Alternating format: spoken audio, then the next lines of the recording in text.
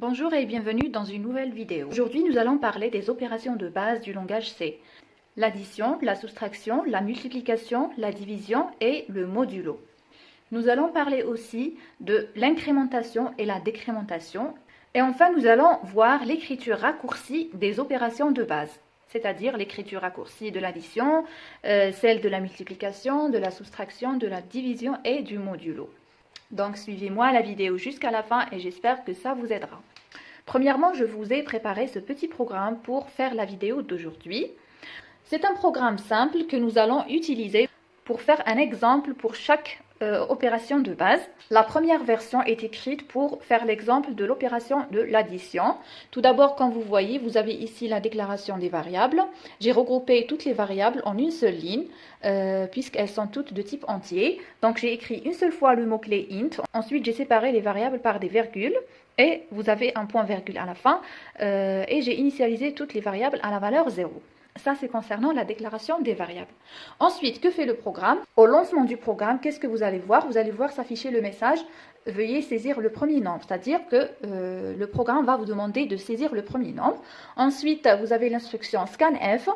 C'est elle qui va récupérer la valeur que vous avez saisie et elle va la mettre dans la variable nombre. Ensuite, dès que vous saisissez la première variable et que vous cliquez sur « Entrée », vous allez voir le deuxième message s'afficher. Veuillez saisir le deuxième nombre. Là, vous voyez que j'ai commencé le deuxième message par un anti/n pour que le message s'affiche sur une nouvelle ligne. Vous saisissez le deuxième nombre et la deuxième instruction scanf va récupérer la valeur saisie et elle va la mettre dans la variable nombre 2. Ensuite, dès que vous cliquez sur Entrée, l'opération de l'addition va s'effectuer, c'est-à-dire nombre 1 va s'additionner avec nombre 2 et le résultat va se mettre dans la variable résultat. Et enfin, vous allez voir s'afficher le message. Regardez ici, cette instruction printf. Vous avez %d plus, %d égale %d. Comme nous avons vu dans le cours de l'affichage des variables, toutes ces %d vont être remplacés par ces variables successivement. C'est-à-dire, le premier %d va être remplacé par nombre 1, par la valeur que vous avez saisie en premier. Le deuxième %d va être remplacé par nombre 2, la deuxième valeur que vous avez saisie. Et le troisième %d va être remplacé par le résultat de la somme. Donc voilà concernant l'explication du programme. Je n'ai pas encore compilé le programme, je vais le compiler avec vous. Donc regardez ici, vous avez 0 erreur. Je vais l'exécuter pour voir comment il fonctionne. Regardez. Je vais mettre la console ici pour que vous puissiez comparer entre le programme et la console. Regardez, le premier printf est ici. Le programme vous demande de saisir le premier nombre. Je vais par exemple saisir la valeur 7. Je clique sur Entrée. Que se passe quand je clique sur Entrée? La variable nombre 1 reçoit la valeur saisie, qui est 7.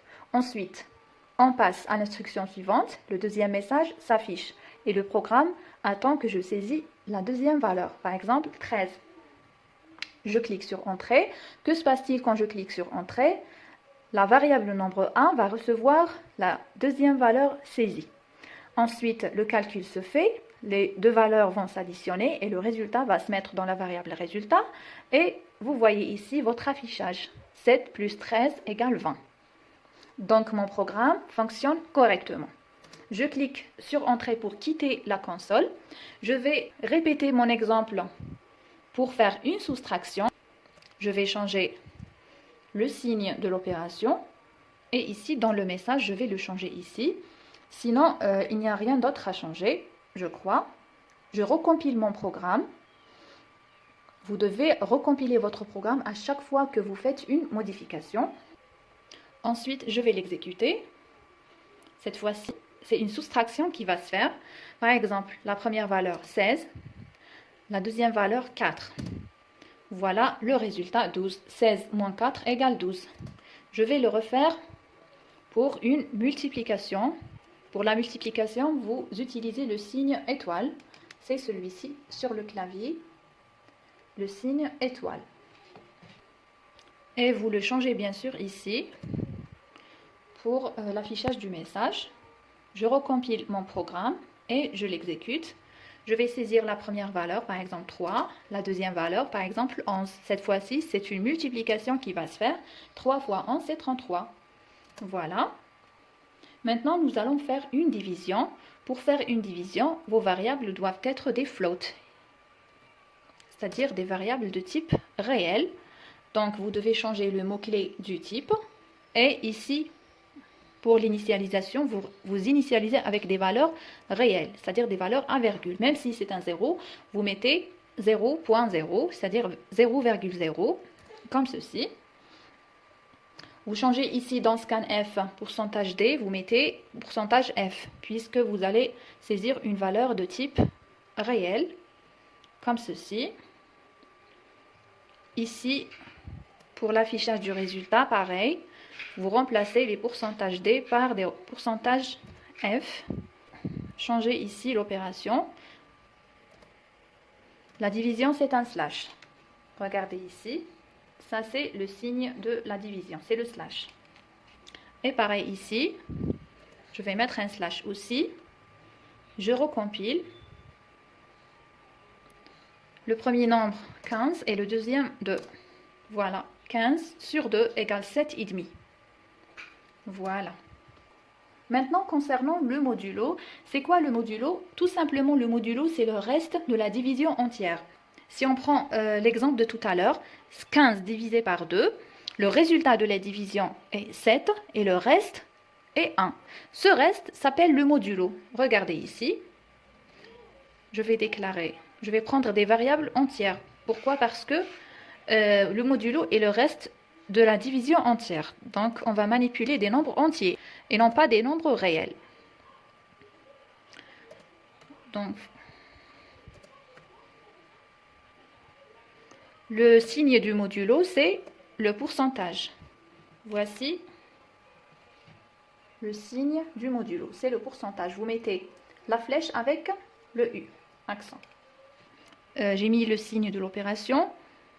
Et ici, je vais remettre mes pourcentages D. Et là, je vais remplacer le signe de la division par le mot mode. Parce que si vous mettez le signe pourcentage, ça va poser un problème. Donc là, je crois que j'ai tout remplacé. Je compile et je réexécute le tout. Ici, regardez, premier nombre 15, deuxième nombre 2. Regardez, 15 modulo 2 égale 1. Et c'est vrai, le reste de la division de 15 par 2 égale 1. Voilà concernant le modulo. Bien sûr, si vous voulez utiliser d'autres opérations mathématiques, par exemple la valeur absolue, la racine carrée, la puissance, ainsi de suite, vous devez ici inclure la bibliothèque math.h. Par la suite, nous allons voir comment l'utiliser. Maintenant, nous allons parler des raccourcis des opérations. Donc, je vais enlever tout ça, ou bien je vais le mettre en commentaire, parce que je n'ai pas besoin de cette partie du code. Regardez ici, si vous voulez supprimer une partie de votre code ou bien que le compilateur ne la considère pas, vous pouvez la mettre en commentaire. Comme ça, quand vous compilez votre programme, le compilateur va sauter cette partie et il ne va pas la prendre en considération. Donc, on ne voit pas ça, on ne voit pas tout ça. Vous avez la déclaration et juste après, vous avez cette instruction. Supposons que j'ai l'instruction suivante que je veux faire. Regardez. Nombre 1 égale nombre 1 plus nombre 2. C'est-à-dire, je vais additionner la valeur de nombre 1 à la valeur de nombre 2 et je vais mettre le résultat dans la variable nombre 1. Que va se passer ici? La première valeur de la variable nombre 1 va être écrasée.